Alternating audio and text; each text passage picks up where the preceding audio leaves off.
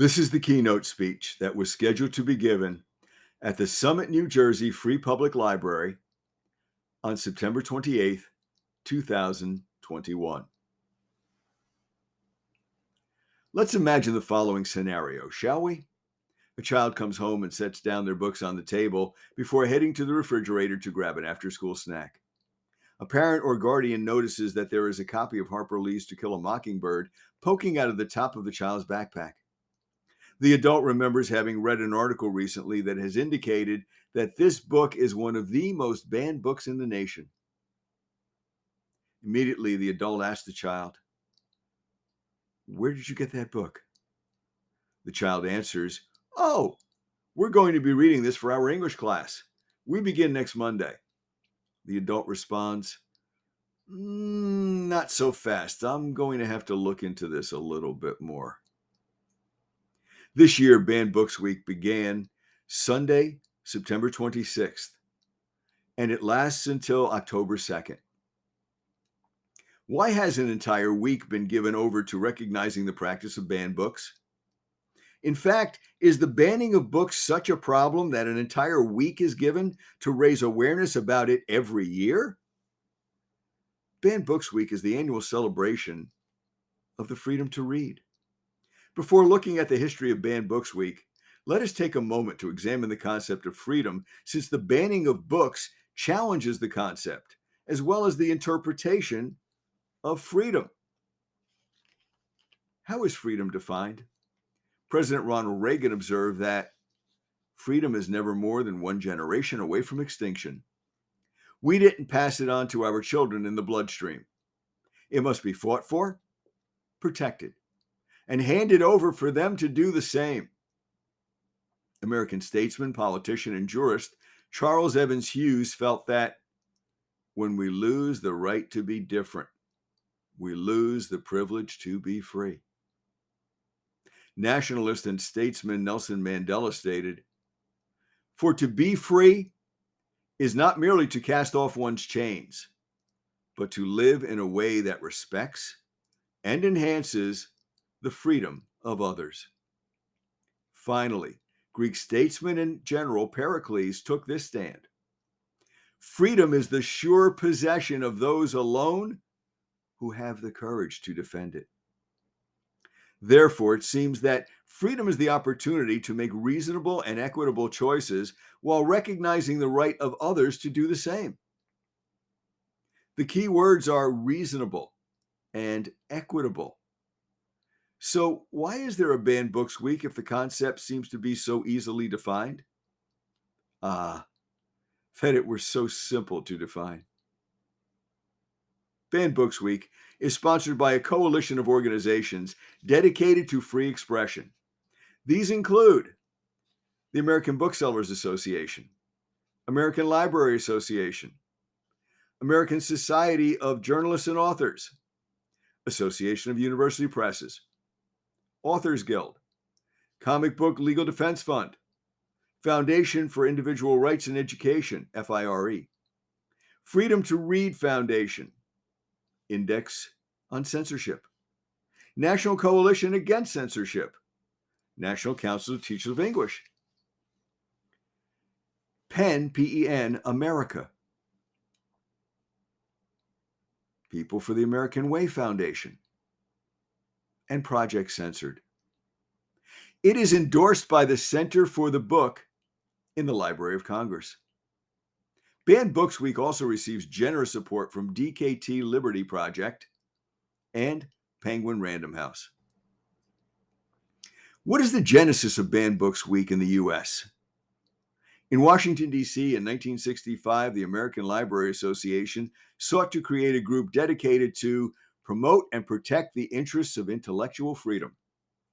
As a result, the Intellectual Freedom Committee was formed to create positive mechanisms that could defend intellectual freedom, collaborate with state intellectual freedom committees, and establish relationships with other First Amendment groups.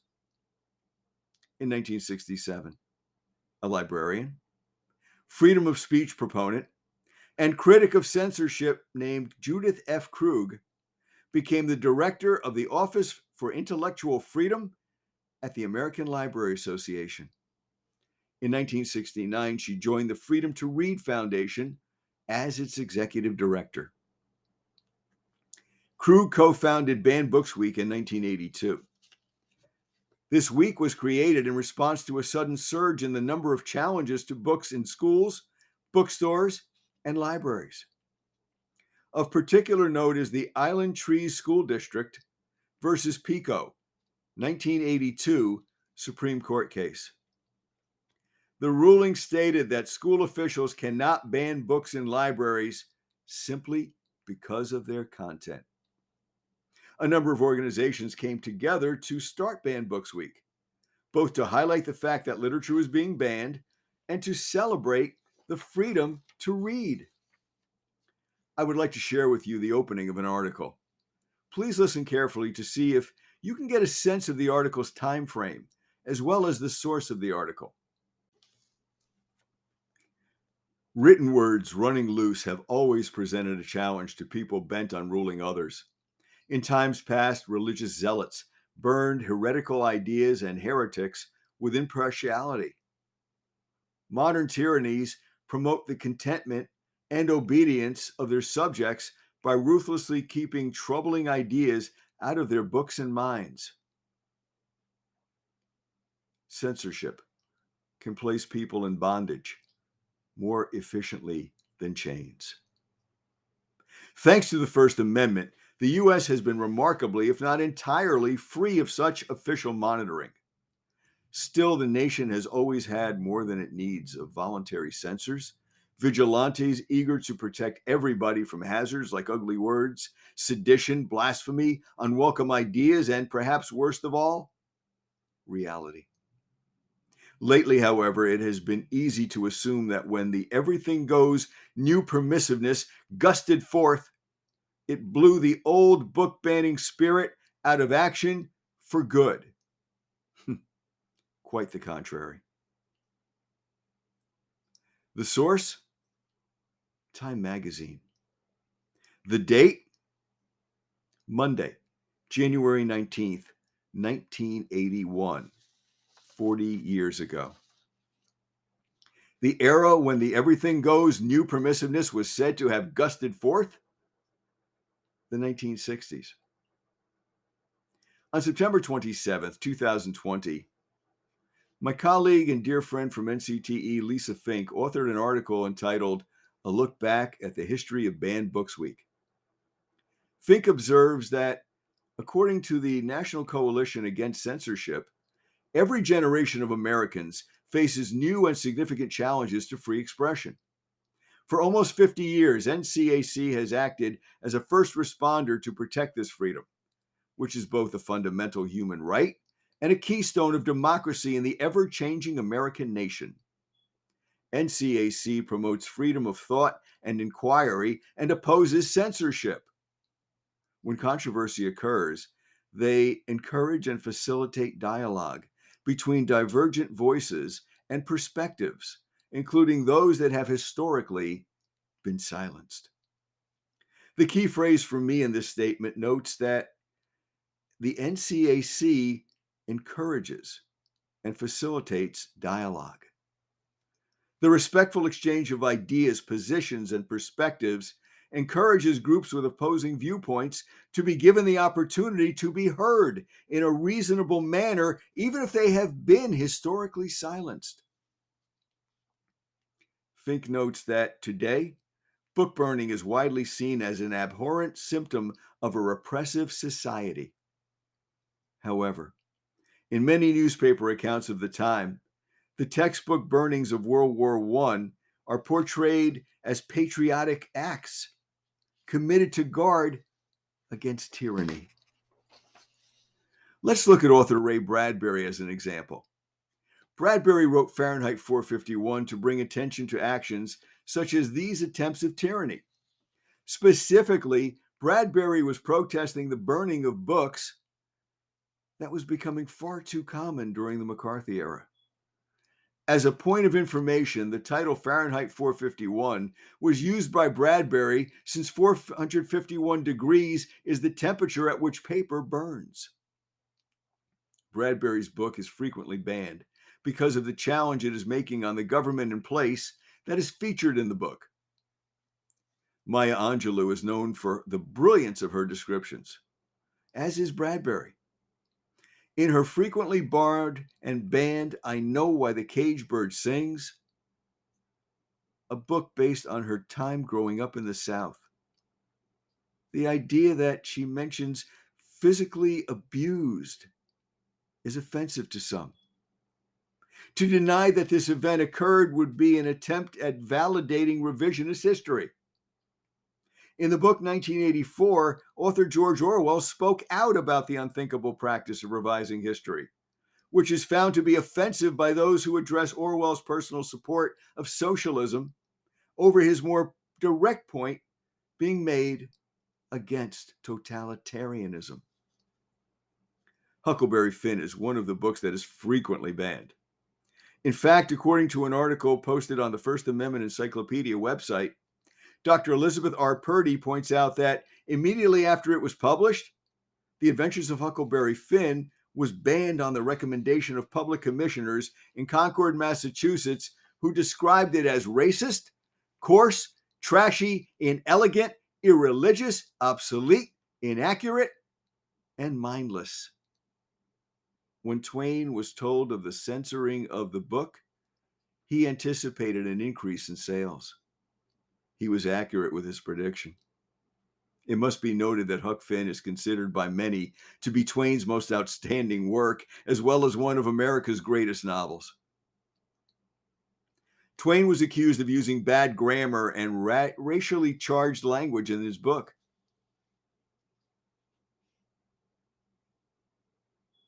Twain was accused of using bad grammar and racially charged language in his book. Some females thought that his portrayal of women in the book was sexist and negative. Moreover, many who support Twain believe that he was being satirical in his portrayal. Satire is indeed a genre in which the absurd is used to unnerve the reader, so the reader will begin to examine their own beliefs and narrow-mindedness concerning the issues being raised. Jonathan Swift, in his treatise, A Modest Proposal, does exactly that. Swift proposes that the large number of babies be used as a viable food source. Not only are they young and tender, but their demise will help to curb the population explosion. A modest proposal? Indeed not. Yet the satire of the proposal is evident when Swift's history of rebelliousness against the policies of the Church of England is considered. Purdy asserts that defenders of Huck Finn also insist that Jim comes across as having more common sense and as being more talented than either Huck or his best friend, Tom Sawyer. These critics suggest that overall, the white characters are portrayed more negatively than black characters, citing the extreme piety of Miss Watson and the irresponsibility of Huck's father as examples. Ironically, Huck Finn was conceived only after an earlier explicit expose by Twain of slavery was censored. Twain responded by writing what he claimed was a satirical expose of slavery. The Adventures of Huckleberry Finn. Modern young adult author Jason Reynolds is the honorary chair of the 2021 Banned Books Week. He was interviewed on Twitter on August 4th this year. BannedBooksWeek.org posed this question. Banned Books Week is all about celebrating the freedom to read, but a lot of young people need extra motivation to read. What are some ways we can encourage a love of reading as we work to defend the right to do so? Reynolds responded by saying, I think about this all the time. We first have to accept that sometimes books as objects can be intimidating. So what if we allow more freedom when it comes to even how we think about reading? A lot of us have been screaming this for years, but everything counts. Another question posed was, in the past few years, nearly every book on the Office for Intellectual Freedom banned books list was aimed at young adult audiences. What drives these attempts to ban young people's literature? And how do we counter it? To this question, Reynolds answered, I think books for young audiences are banned most often because many adults, in their infinite fear, believe it's better to shield young people than to help young people grow to become shields for others. According to BritannicaProCon.org, the American Library Association, ALA, has tracked book challenges, which are attempts to remove or restrict materials, since 1990. In 2020, the ALA recorded 156 reported book challenges in the United States, a significant decrease from the 377 reported challenges in 2019, perhaps due to the COVID-19 pandemic. In most years, about 10% of the reported challenges result in removal or ban from the school or library. However, in 2016, 5 of the top 10 most challenged books were removed. The ALA estimates that only about 3% to 18% of challenges are reported to its Office for Intellectual Freedom. This means that the actual number of attempts to ban books is likely much higher. Challenges are frequently brought by patrons, 33%, followed by parents, 32%, a board or administration, 13%, librarians or teachers, 10%, political and religious groups, 6%, elected officials, 3%, and students, 3%. Books are most often challenged at public libraries, 59%, school libraries, 23%, schools, 14%, academic libraries, 3%, and special libraries, 1%.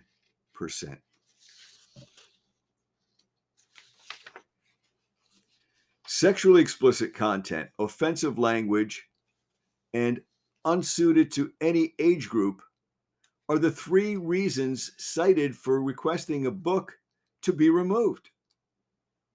The percentage of Americans who think any books should be banned increased from 18% in 2011 to 28% in 2015, and 60% of people surveyed believe that children should not have access to books containing explicit language in school libraries, according to the Harris poll.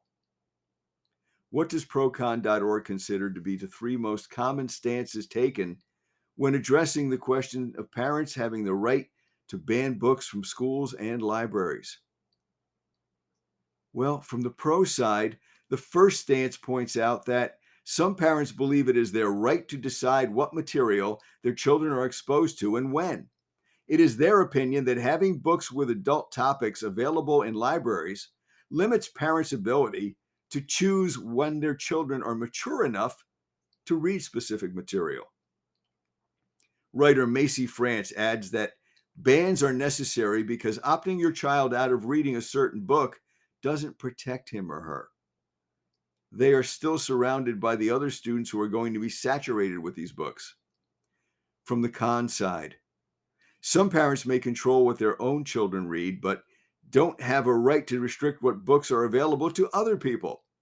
Furthermore, the National Coalition Against Censorship explained that even books or materials that many find objectionable may have educational value, and the decision about what to use in the classroom should be based on professional judgment and standards, not individual preferences. The second stance from the pro side believes that children should not be exposed to sex, violence, drug use, or other inappropriate topics in school or public libraries. In addition, it is observed that books in the young adult genre often contain adult themes that young people aren't ready to experience. Of the top 10 most challenged books in 2020, 1 had LGBTQ plus content, 2 were sexually explicit, 5 dealt with racism and anti-police opinions, and others had profanity and drug use. According to Jenny White, a former public school teacher of science, Numerous studies on the use of graphic material by students indicate negative psychological effects, including having more casual sex partners and beginning having sex at younger ages. The American Academy of Pediatrics has found that exposure to violence in media, including in books, can impact kids by making them act aggressively and desensitizing them to violence. Kim Heineke, a mother of four, wrote that her local superintendent of public schools should know that it is not a matter of sheltering kids, it is a matter of guiding them toward what is best. We are the adults. It is our job to protect them, no matter how unpopular that may seem. Neil Gaiman, author of the frequently challenged novel Neverwhere, among other books, stated that fiction builds empathy. You get to feel things, visit places and worlds you would never otherwise know. You learn that everyone else out there is a me as well. You're being someone else. And when you return to your own world, you're going to be slightly changed. Empathy is a tool for building people into groups, for allowing us to function as more than self-obsessed individuals. To begin to address these problems, we must avoid that which author Truman Capote feared. He observed, a conversation is a dialogue, not a monologue. That's why there are so few good conversations. Due to scarcity, two intelligent talkers seldom meet. Consider these words of Zen master Thich Nhat Hanh. In true dialogue, both sides are willing to change. Those of us who have never participated in contract negotiations of any kind have heard this expression before. The National Coalition Against Censorship stands by these core beliefs. 1. Free expression is fundamental to both individuals and society. The right to free expression is a basic human right and essential to human fulfillment. 2. The right to free expression, including the right to access ideas, information, art, and science, makes it possible for original thought and creativity to thrive. 3. We are a nonpartisan organization. We defend the right to free expression, no matter how controversial or objectionable to many the expression may be. 4. While our work enforces First Amendment principles, we defend freedom of expression when menaced by unwarranted suppression from any source, including local, state, and federal officials, private individuals, and corporations. Free expression issues are particularly complex and evolving in the increasingly important social media sphere, in which some individuals and entities wield great power. We advocate measures that will foster free expression in this crucial arena. What is NCAC's basis for free expression? They believe the First Amendment protects against government restrictions on or interferences with the content of speech. The First Amendment applies to government at the national, state, and local levels. NCAC believes that we should all care about censorship, and they assert the following. Understanding of First Amendment freedoms is fragile and imperiled by increasingly effective and sophisticated attacks. In numerous communities, people are determined to impose their own narrow views on everyone else and censor what they do not approve. The First Amendment exists to protect speech and activities that are unpopular. If only those ideas which were popular were protected, it wouldn't be needed.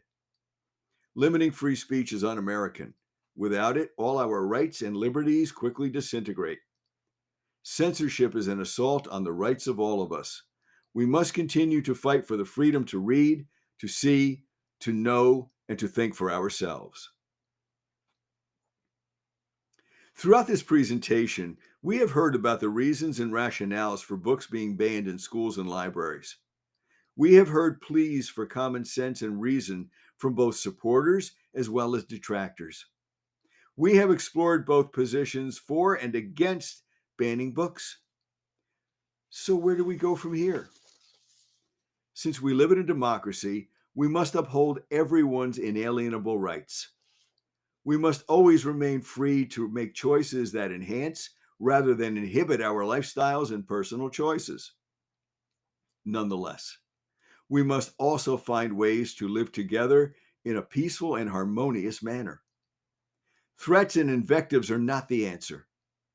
If one wished to examine a book for content that they might deem to be unacceptable for their family, then websites such as Common Sense Media and Goodreads can provide a basis for gathering information and making a mindful decision. Even so, to be assured that one's rights to choose are protected in a reasonable manner, then those rights must be offered to all whose purpose falls short of sedition and anarchy. If you wish to have your child read a book other than Harper Lee's To Kill a Mockingbird because you don't want your child exposed to sex, profanity, and racial slurs, then work closely with your child's teacher and the librarians in school and your town to find alternate books that cover the skills, eras, genres, and themes that are being addressed in the book that you find to be unacceptable. Let's listen to President Harry S. Truman, who believed that it is understanding that gives us an ability to have peace. When we understand the other fellow's viewpoint and he understands ours, then we can sit down and work out our differences. Let's heed the words of Swedish scientist and businessman Alfred Nobel, who believed that one can state without exaggeration that the observation of and the search for similarities and differences are the basis of all human knowledge. Let's recognize that which businessman Stephen Covey recognized. Strength lies in differences, not in similarities. Let's acknowledge the words of the Dalai Lama. Just because they're not on your road doesn't mean they've gotten lost. Let's search for those things we have in common. Let's deal with those things that we hold as differences. Let's be first to be kind to others as we begin to form our judgments. Now, I shall leave you with the challenge that Lisa Fink from NCTE set forth for all of us. Reading brings people together, but censorship drives us apart. How will you celebrate your freedom to read?